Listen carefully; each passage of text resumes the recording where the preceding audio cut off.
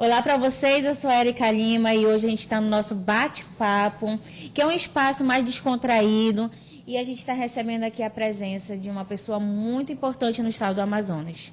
Principalmente para falar de algo muito importante também, que a gente está falando de um órgão que tem uma relevância, que esse órgão ele tem que representar a população, né? As suas necessidades, os seus anseios dentro da área jurídica. Então, assim, a gente agradece imensamente ao doutor Alessandro, né? São Martim, que está aqui com a gente. Obrigada mesmo por falar sobre esses 130 anos e esse momento que vai ter essa corrida, né? O senhor que preside aí essa vamos lá, Associação Amazonense do Ministério Público do Estado do Amazonas. Boa tarde, Érica. Boa tarde aos seus telespectadores, seus ouvintes, seus internautas.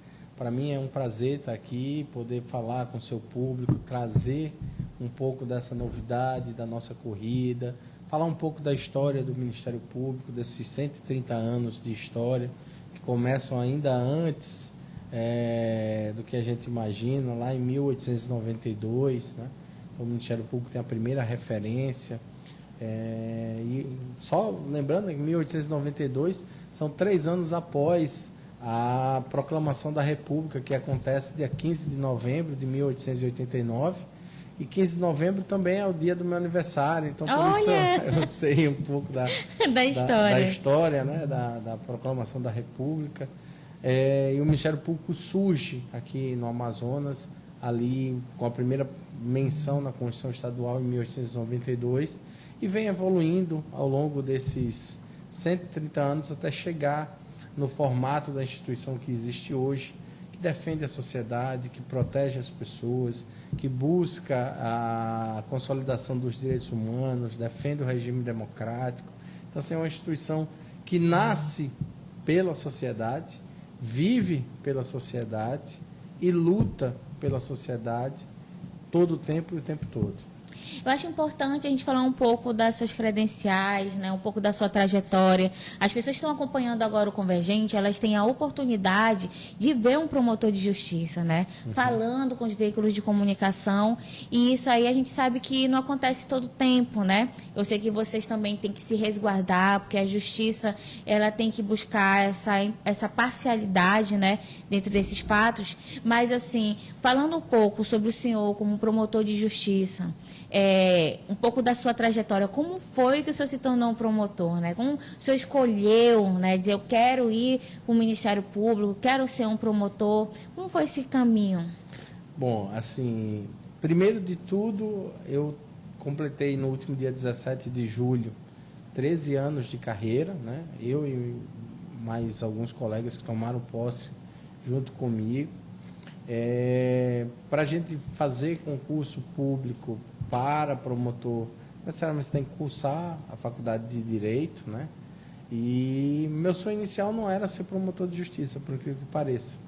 Eu tinha um vínculo muito maior com a magistratura, né? Fui assessor de juiz, assessor de desembargador, mas o concurso público e a vida, ela tem 2 grandes oportunidades.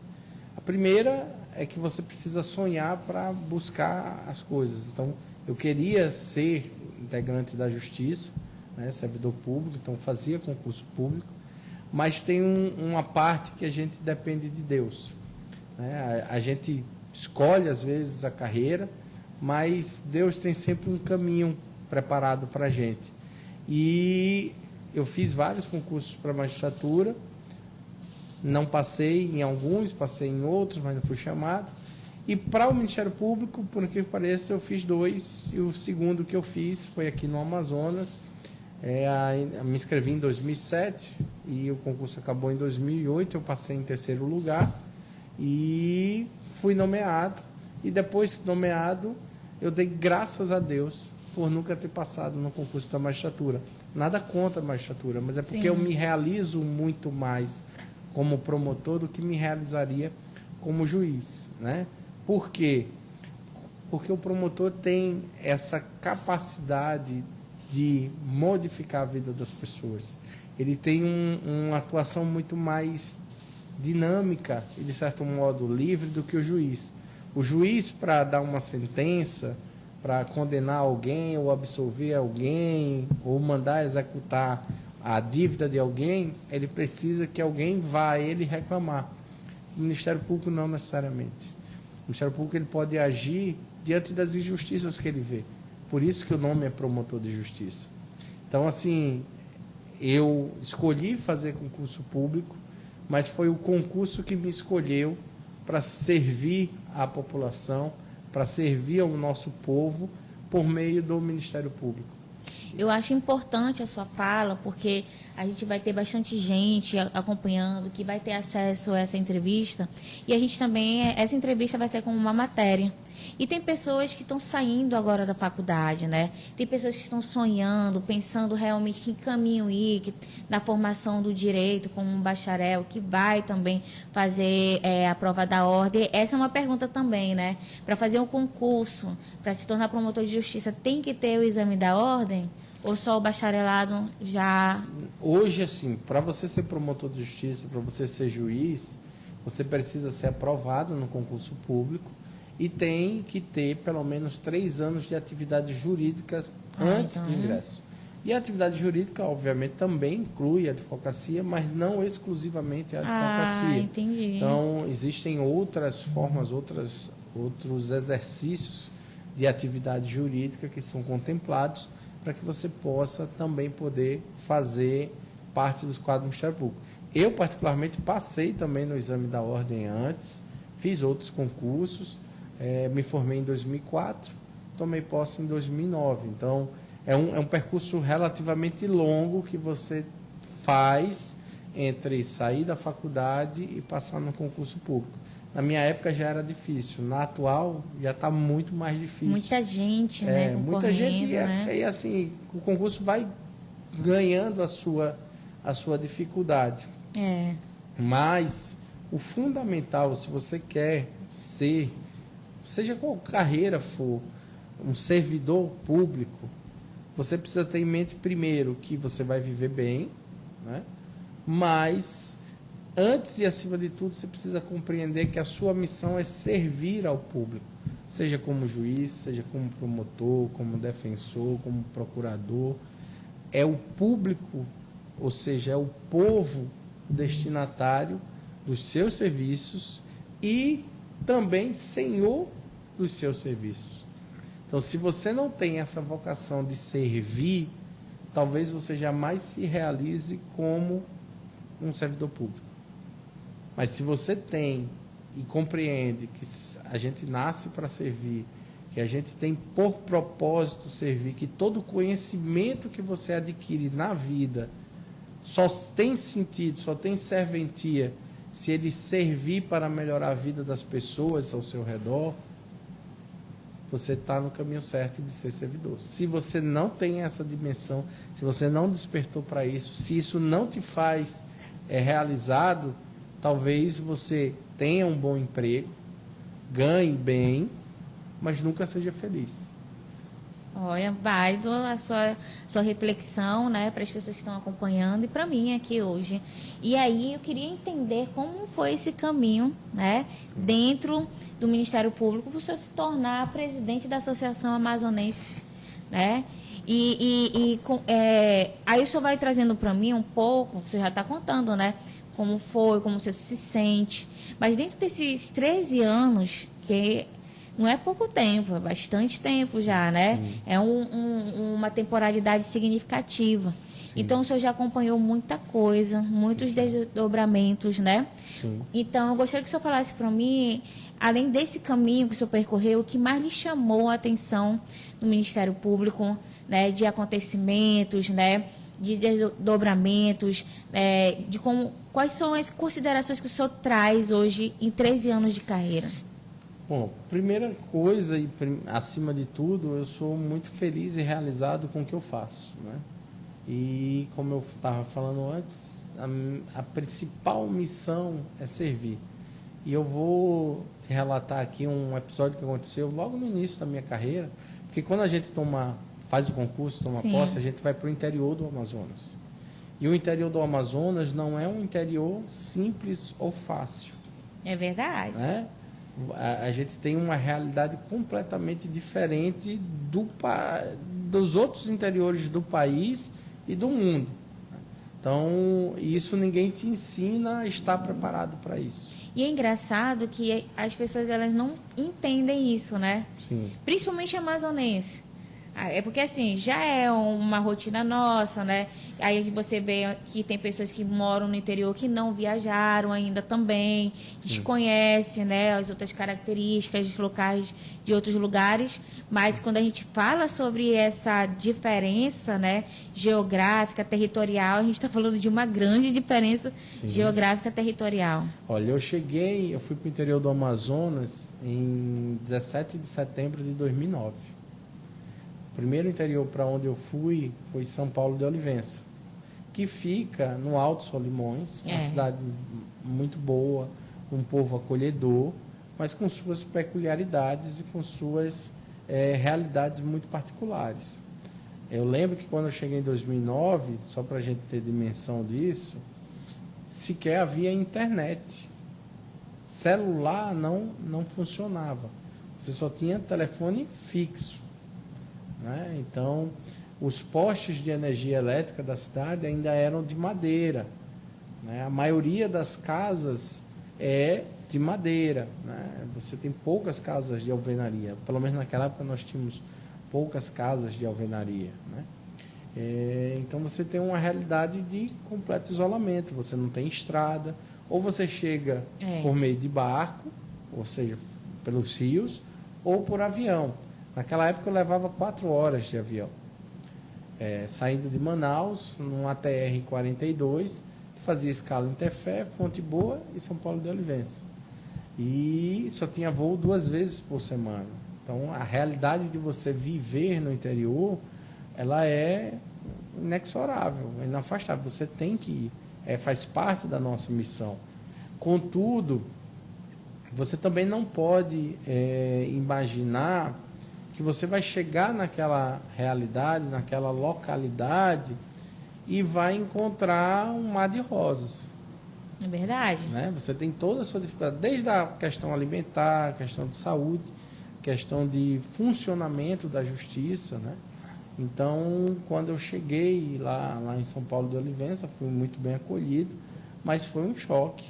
Eu que sou de Alagoas, nascido em Maceió, cresci na beira do mar e de repente fui para o meio do mato. Né? E é muita área, muita mata, e você chega ali, todo mundo, de certa forma, na cidade se conhece, você é o único estranho. Você não tem vínculos, você não tem familiares lá, todo mundo sabe quem você é, mas você não sabe quem é todo mundo. Então, isso tudo leva um tempo até você se incorporar. E não é um processo simples, um processo fácil. Eu mesmo, assim, sofri essa adaptação, foi bem sofrida. Eu ganhei mais de 25 quilos da posse até um certo tempo. Até você se habituar, você se conscientizar, você começar a tomar pé de toda aquela situação. É um processo de transformação e de amadurecimento muito grande. E o senhor gostou de jaraqui? O jaraqui, por incrível, eu nunca comi. É mesmo? Que eu já ia dizer que depois que come jaraqui não sai mais daqui, Mas né? eu já não saio mais daqui, não. Eu sou apaixonado por Manaus, pelo Amazonas. Né? Não fiquei apenas em São Paulo de Olivença, passei por vários outros interiores. Fui muito, mas muito, muito feliz e realizado em Santa Isabel do Rio Negro.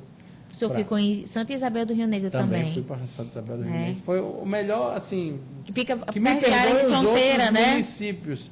Mas é o melhor município do interior do Amazonas. É mesmo? É uma cidade linda, maravilhosa. Sempre quando a gente fala, eu também como pesquisadora, eu trabalhei durante muitos anos, né? Fiocruz, Ministério da Saúde. Então, quando a gente chega lá em Santa, Santa Isabel, porque assim, é praticamente é bem pequeno, né? Sim. E aí, realmente, o cotidiano. Sim. E o senhor se adaptou? Sim, tanto é que eu ganhei 25 quilos da minha posse a São Paulo de Olivença. Em Santa Isabel eu perdi todos esses quilos. Eu corria todo dia na cidade. Todo dia.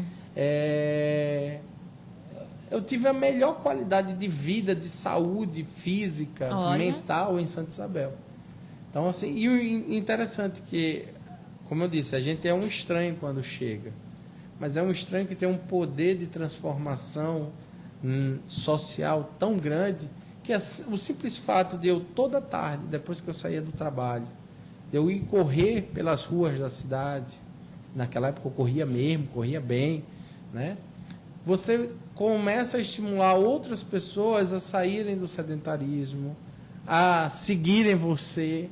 Então, assim, no começo era solitário, eu sozinho correndo. Depois já começou a aparecer mais uma pessoa. Daqui a pouco estava a cidade inteira fazendo atividade física. E assim, é só o poder de você enxergar o quanto que as pessoas te observam. E o quanto que você tem uma conduta, assim, boa, reta, produz efeitos positivos na cidade, né? Então, assim, em Santa Isabel eu fui muito feliz durante os 4 anos que eu passei por lá. Também passei por Manacapuru, por Lábrea, por Coari, Santo Antônio do Içá. Então, eu passei por muitos municípios até chegar a Manaus, Rio Preto da Eva.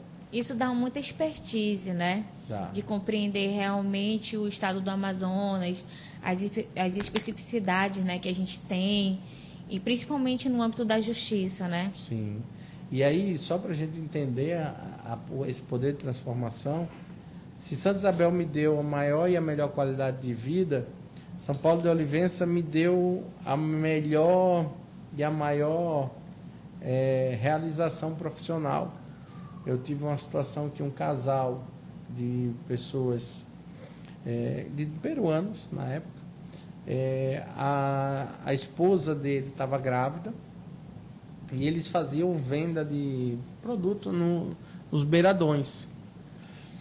E vai num canoão com os produtos dele e vai vendendo nas comunidades. Na volta para o Peru, a esposa dele entrou em trabalho de parto no Beiradão, em São Paulo da Olivença. Olha! Aí eles subiram até a casa de uma senhora e nessa casa a esposa deu à luz. Nasceu uma criança que não foi em ambiente hospitalar, não tinha DNV, não teve assistência médica. Isso é comum, né? Aí 2 dias depois dela nascida, eles voltaram para o Peru, isso lá em 2009, e foram tentar registrar a criança. E o cartório do Peru disse que não ia registrar porque não tinha documento. Eles voltaram para o Brasil, para São Paulo de Olivença, para tentar registrar a criança. E também não estavam conseguindo registrar a criança, que já ia para o seu 4º mês de nascido. E não tinha certidão de nascimento. Não tinha seu direito garantido, né, de cidadania. E aí eles procuraram a gente, lá o Ministério Público. Nós iniciamos um procedimento, fizemos a averiguação, constatamos que a criança que nasceu era aquela, ouvimos a parteira, tudo comprovado e justificado. Aí a gente conseguiu emitir um ofício para que o cartório registrasse a criança, e a criança foi registrada. E, para minha felicidade, o pai da criança chegou lá com a certidão emitida e colocou o nome da criança Daniel Alessandro. Ele se chamava Daniel, mas em razão de eu ter feito essa cumprido o meu papel, né, de ter auxiliado naquele cenário, como gratidão, ele me deu o maior presente da minha vida, que é dar o meu nome a uma criança que estava completamente vulnerável e que apenas em razão dessa capacidade que o Ministério Público tem de transformar as pessoas, é que eu pude ter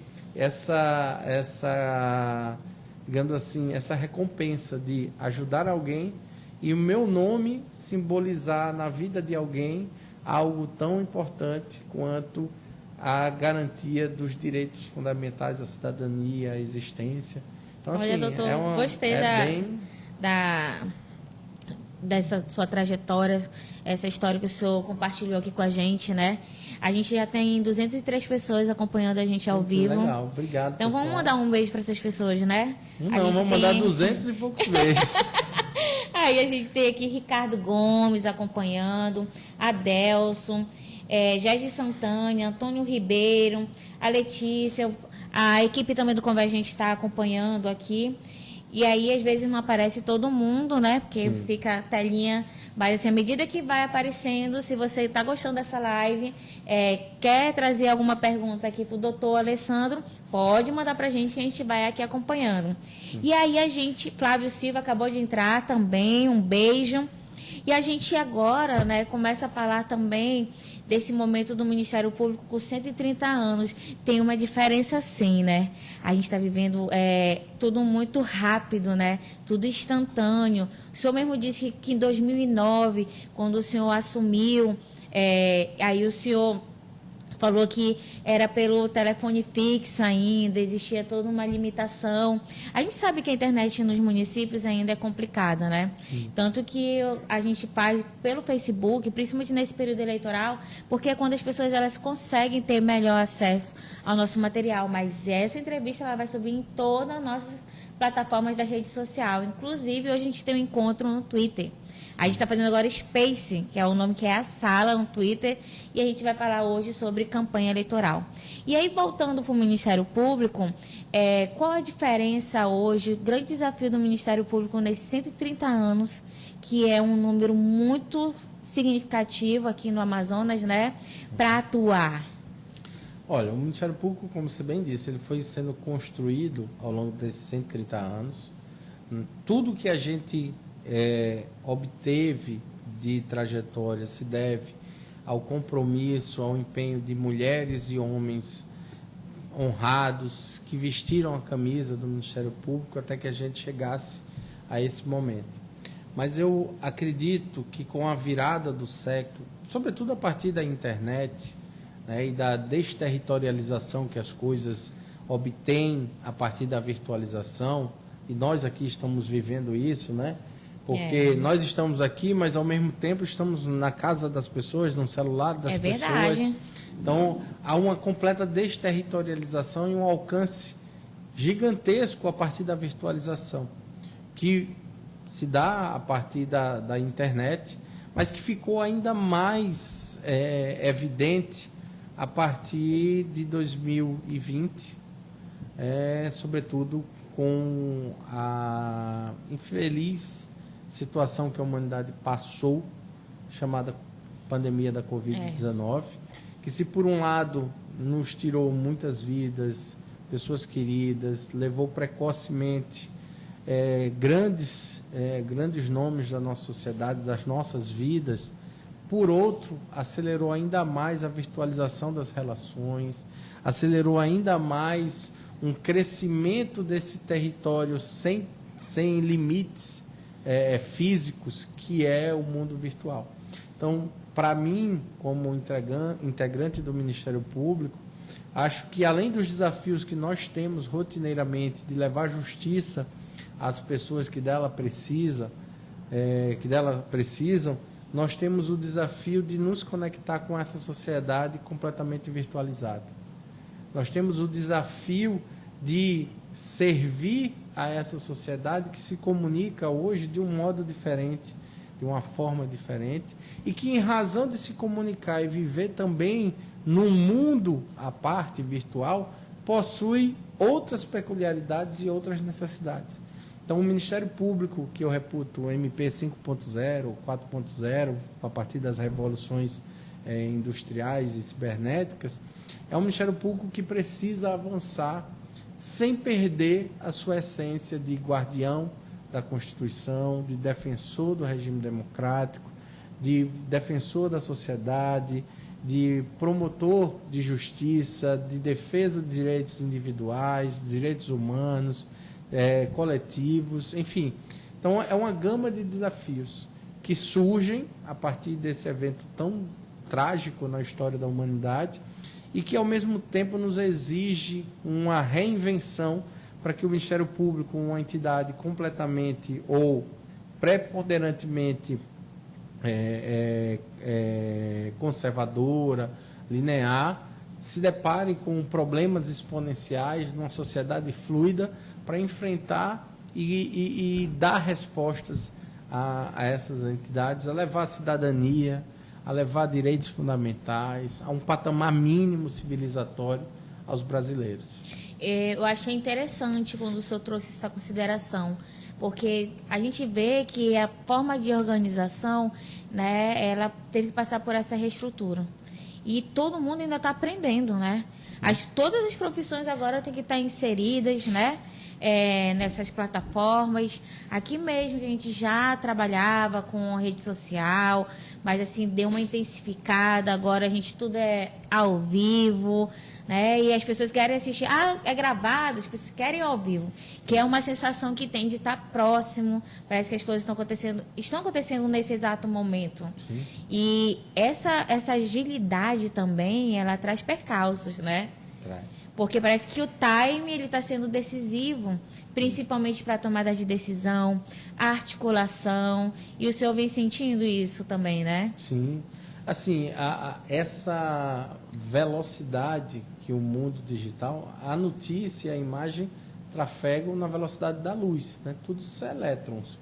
Né? O que a gente fala aqui, a voz se converte em sinais eletromagnéticos e eletrônicos que passam por ali e correm o mundo na velocidade da luz. A velocidade e a pressa, às vezes, conduzem a algumas injustiças. Porque, já dizia minha avó, a pressa é inimiga da perfeição.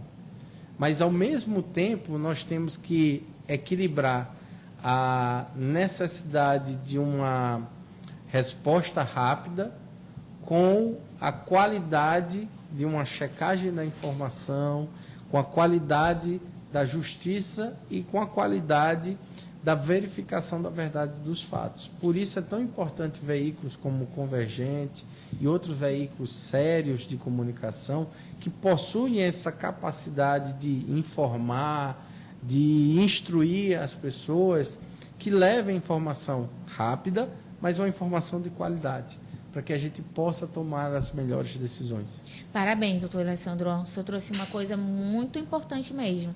Porque, assim, é claro que é a tendência nossa, né? A gente está intensificando essa tendência que já existia de emergencial. Tudo é para ontem, né?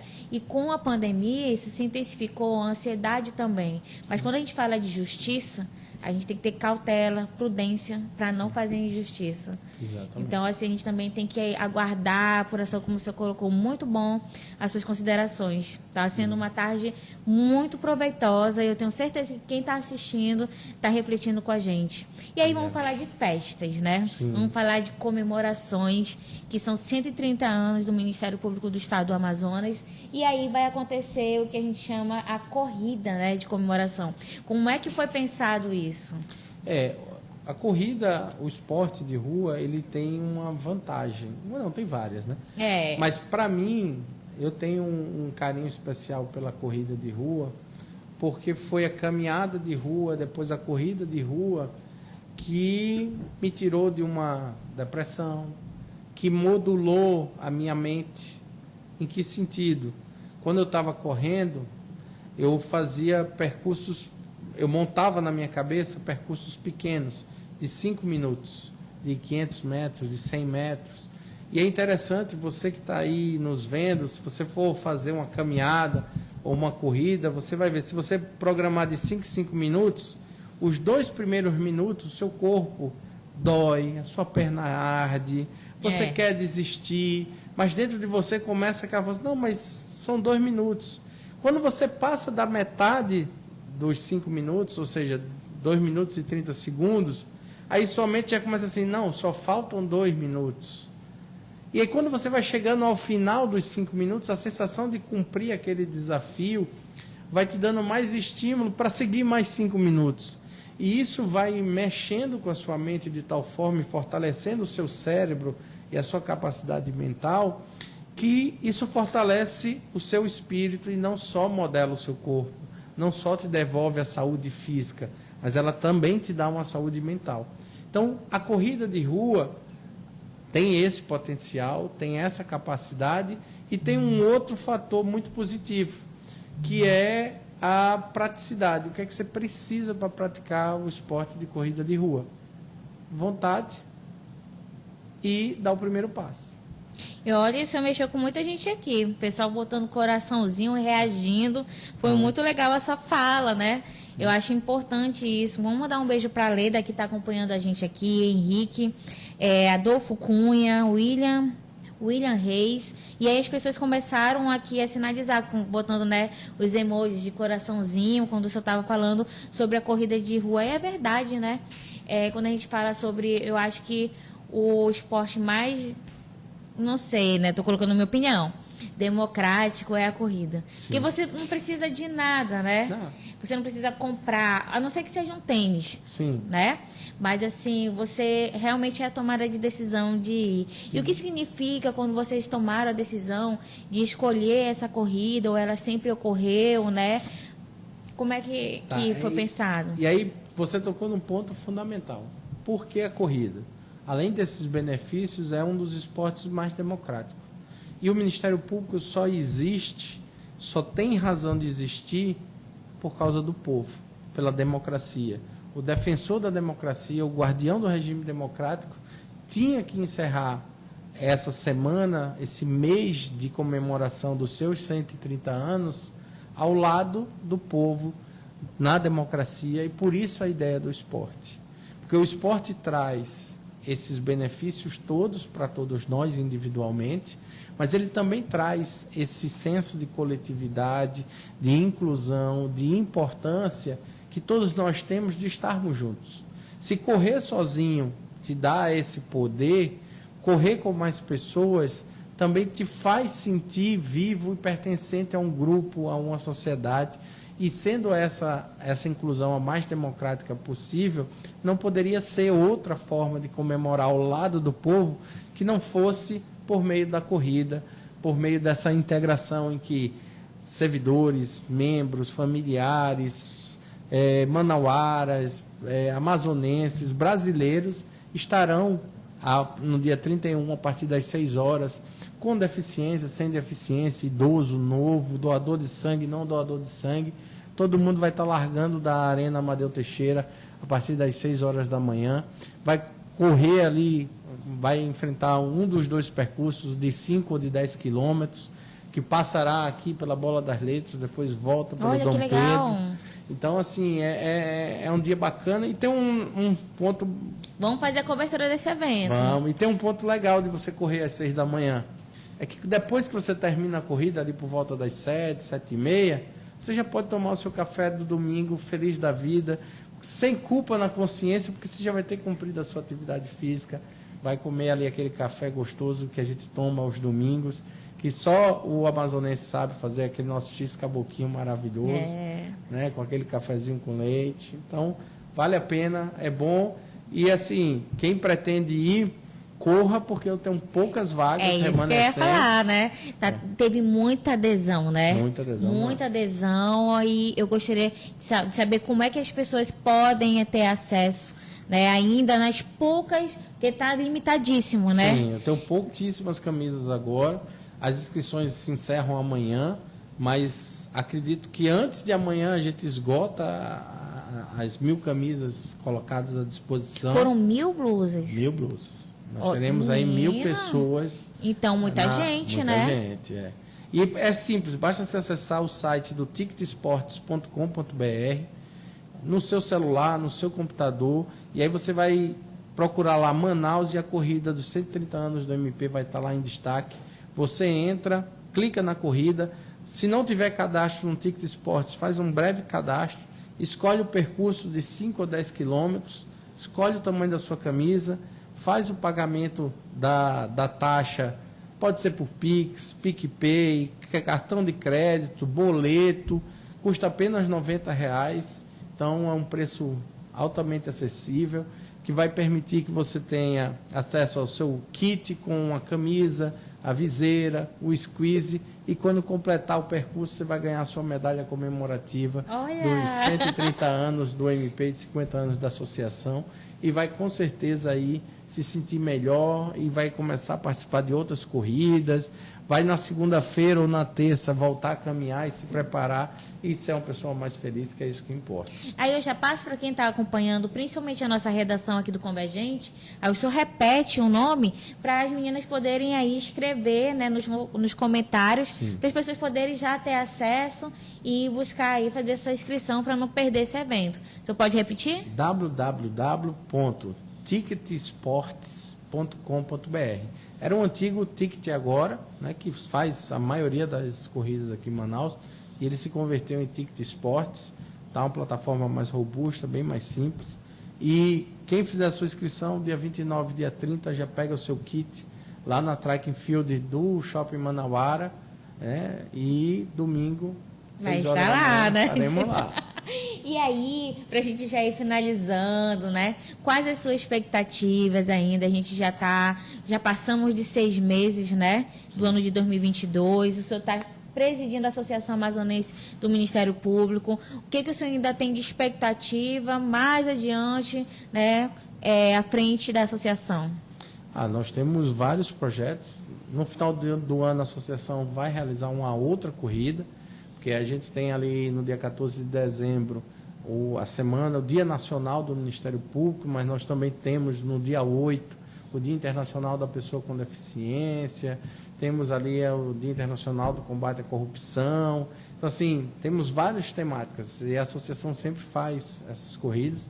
No final do ano, a gente vai fazer uma corrida um pouco maior para 2.000 pessoas.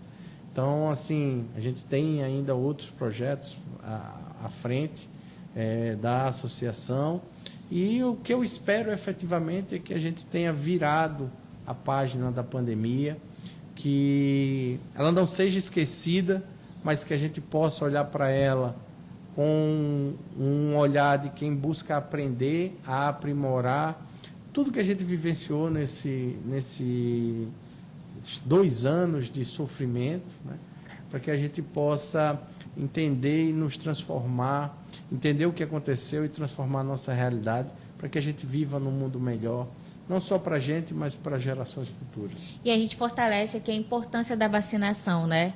Então, já está tendo aí a 4ª dose de reforço da Covid-19. A gente tem vários postos aí que estão disponíveis para você que está acompanhando aqui a nossa entrevista, que não está falando sobre isso, mas a gente faz essa ressalva, né? Principalmente porque aumentou o número de casos, né, de pessoas com Covid, mas a gente está vendo que o agravamento não é como era antes. E isso se dá por conta da vacina, né? E eu reforço não apenas a vacina da Covid. É importante também não esquecer das outras. H1N1, a influenza, que tem anualmente, né? Febre amarela, sarampo.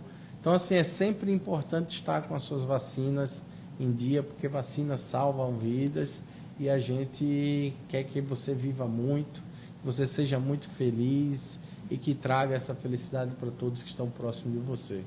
Doutor Alessandro, agora falando sobre essa importância do Ministério Público, eu gostaria que o senhor falasse em uma palavra, né, o que representa para o senhor ser promotor de justiça.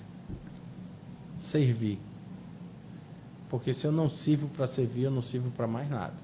Quando o senhor pensa em Ministério Público, qual é a palavra que vem na sua cabeça? Justiça. Promotor de justiça. Nós lutamos pelo bem e para o bem. Claro, como todo ser humano, cometemos alguns erros.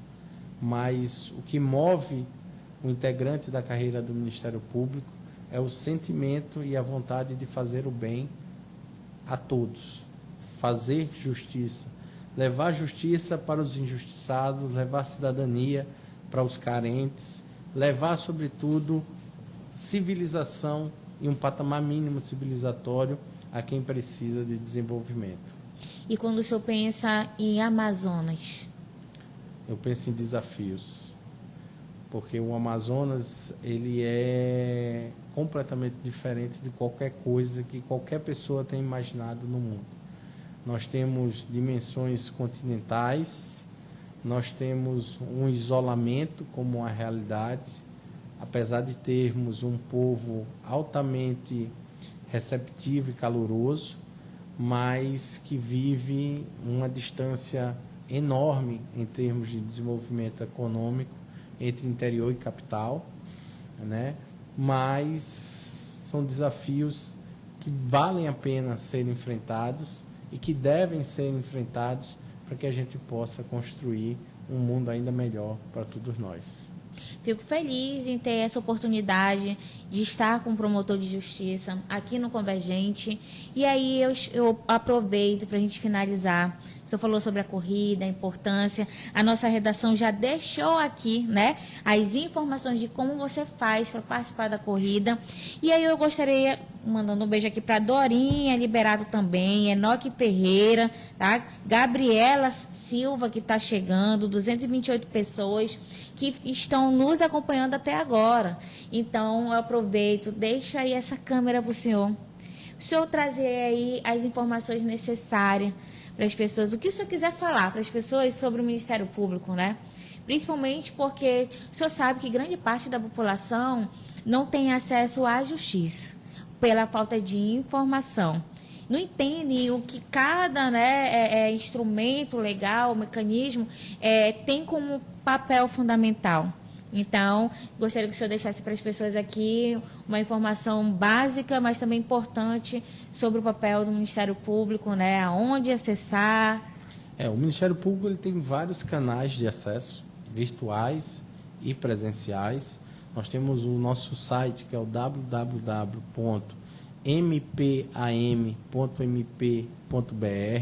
que nele você vai ter acesso aos canais de ouvidoria, aos canais de reclamações, aos canais de denúncias também. Você vai entender um pouco da nossa história lá no Ministério Público, onde estamos divididos, quais os telefones das promotorias que você pode procurar, que você pode ter acesso. Mas, sobretudo, você vai descobrir que o Ministério Público é o seu defensor, é o defensor da sociedade, é aquele que vai lutar pela sua cidadania, pela sua inclusão, pelos seus direitos, pela sua justiça. Então, se você não sabe o que o Ministério Público faz, eu lhe digo que o Ministério Público foi eleito pelo Constituinte em 88 como defensor da sociedade. É por meio dele que você vai conseguir resgatar a sua cidadania, é por meio dele que os seus direitos serão cobrados do Estado e defendidos junto ao Poder Judiciário. Então, a gente finaliza aqui essa entrevista, né? Com certeza já convidando para outras que virão. E um abraço para você, uma boa tarde. Boa tarde.